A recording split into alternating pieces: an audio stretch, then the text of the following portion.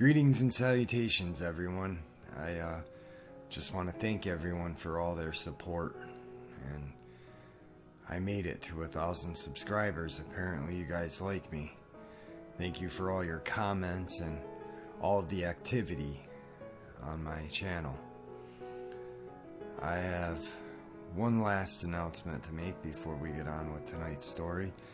I have merchandise. I have a t-shirt, and the link is in the description below. Take a look at it. If you like it, grab it. If you don't like it, leave it. And with that, let's get on with the stories.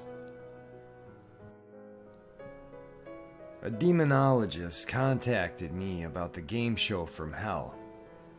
About 3 days ago, I got this email from Cameron Joseph, a self-declared demonologist and paranormal investigator working out of Connecticut.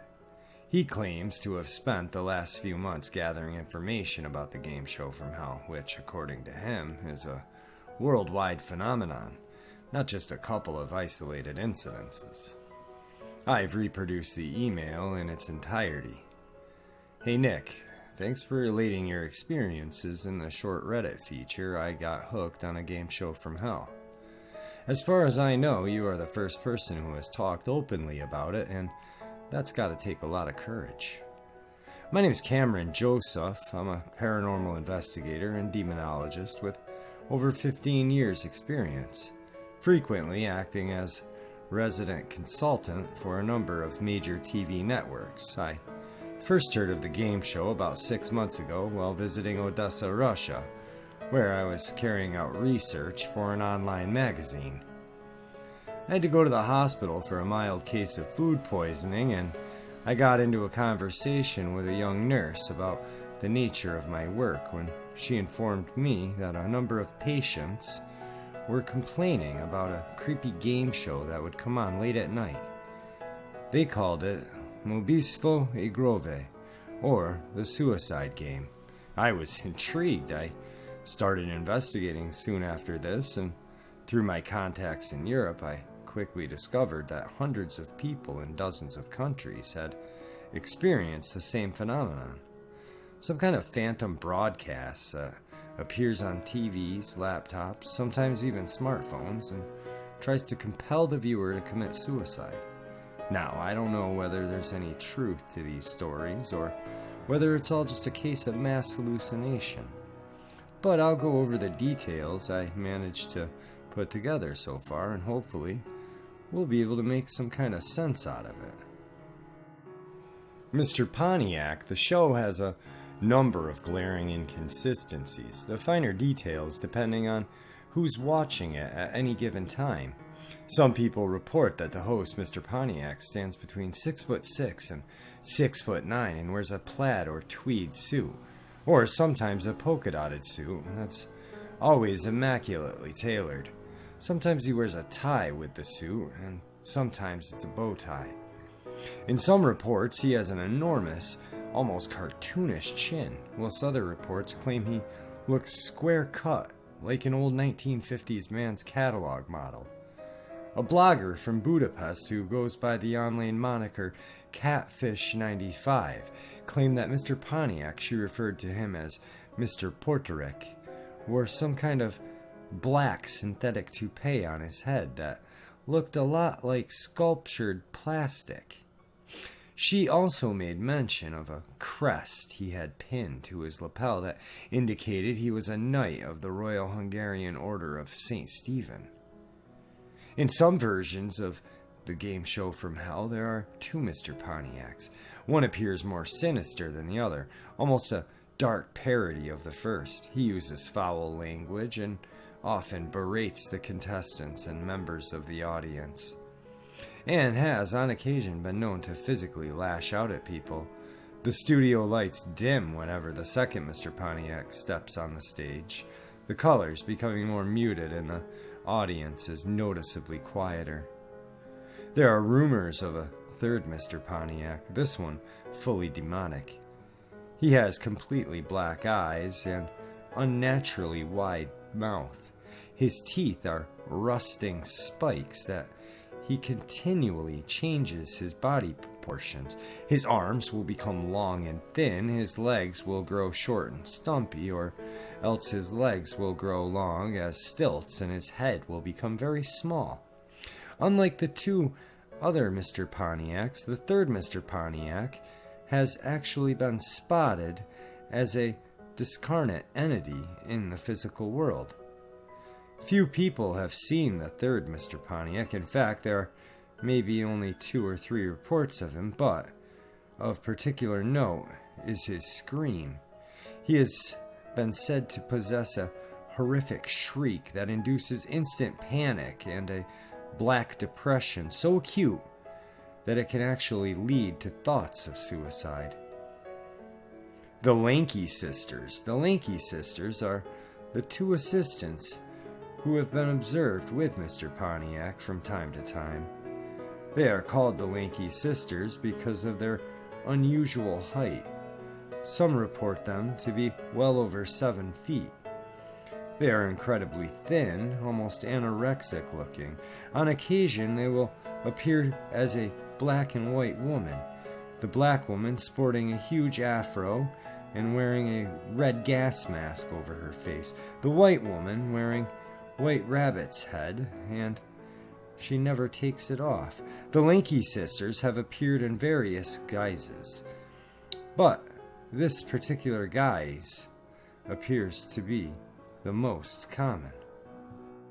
They perform mime in order to communicate. No one has ever heard the sisters talk. Maybe they can't talk, but they seem to be telepathically connected to Mr. Pontiac in some way, and will often anticipate his every request. They work well together, and some people have suggested the sisters are part of a kind of hive mind. Like, they're not actually individuals, but I'm sure how that doesn't make sense. One thing that has been noted is the bizarre way the sisters change height during the course of the show. Gas Mask Girl and the Rabbit, as they are known, will tower over the original Mr. Pontiac, but appear to shrink in the presence of the second, and only come up to his shoulder, even though the second Mr. Pontiac is exactly the same height as the first. Additionally, the sisters' height will telescope in some weird way. At certain points, Gas Mask Girl will appear to be several inches taller than Rabbit, but the next moment the Rabbit will appear to be several inches taller than Gas Mask Girl. And this pretty much carries on through the show. Some people have called this Alice in Wonderland effect, which probably alludes to the way Alice shrank and grew in the story. The dwarves. The dwarves are vicious little subhuman entities that frequently emerge from beneath the studio floor. They are roughly around 2 feet in height, but very stocky and muscular. They display no real individuality, acting more like an excitable mob that punishes, tortures, and sometimes even executes the various contestants that appear on the show. The dwarves sometimes wear identical masks and will appear to be mini-me versions of Mr. Pontiac, or sometimes they will dress up like English public school boys, and were once even observed dressed as miniature statues of liberty. They are a great favorite with the studio audience, and Mr. Pontiac fondly refers to them as his little bastards. The contestants. There are 4 or 5 contestants at any given time. They sit behind colorful podiums, and many people have speculated as to who they really are or were. The most popular theory is that they represent the souls of suicides compelled to play the game for eternity. This idea is strengthened by the fact the game is actually called the Game for Suicides. But not all of the contestants are suicides, and not all of them are deceased. Some were murdered in the real world, and a few died of natural causes. A second theory is that the contestants represent people who were depressed at the time of their deaths, and therefore will only stay on the game so long as they remain in that state of mind. If this is the case, then Mr. Pontiac can possibly be seen as some kind of demon of depression. This can help explain the large black dog he is sometimes seen with, the black dog often being used to symbolize depression. Another thing to note is that many of the contestants are disfigured by the manner of their deaths, as a hanging suicide may have an exceptionally long neck, for example, or a drowning suicide may be very bloated looking, or a shotgun suicide may have a destroyed head. But this doesn't always apply. The appearance of some contestants has nothing to do with the manner of their deaths, and can be attributed to their current state of mind. The audience appears to be made up of low-level demons that cheer and mock the contestants and repeat catchy little mantras on cue. Many viewers have seen the faces of the audiences morph, becoming more demonic and more violent as the game gets. Sometimes members of the audience will attack other members. At such time, it is not unknown for the dwarves to turn their fire hoses on them to break up the fight. An institutionalized paranoic claimed he saw famous dead people in the audience, ranging from Jimmy Savile to Joseph Stalin, and there have been several incidences where viewers have seen deceased loved ones waving at them on the other side of the TV screen. Additional information: there is a theory that when you play this voice backwards, Mr. Pontiac is actually saying something completely different. A number of individuals have come forward claiming to have actually recorded and reversed his speech, but no physical proof has thus far been offered to this effect. However, Jerry Collins, an audio engineer from Belfast, proposed that the reverse speech was spoken in Aramaic, a language Jesus would have spoken when he was alive. This might actually place Mr. Pontiac's age, since Aramaic is an extinct language.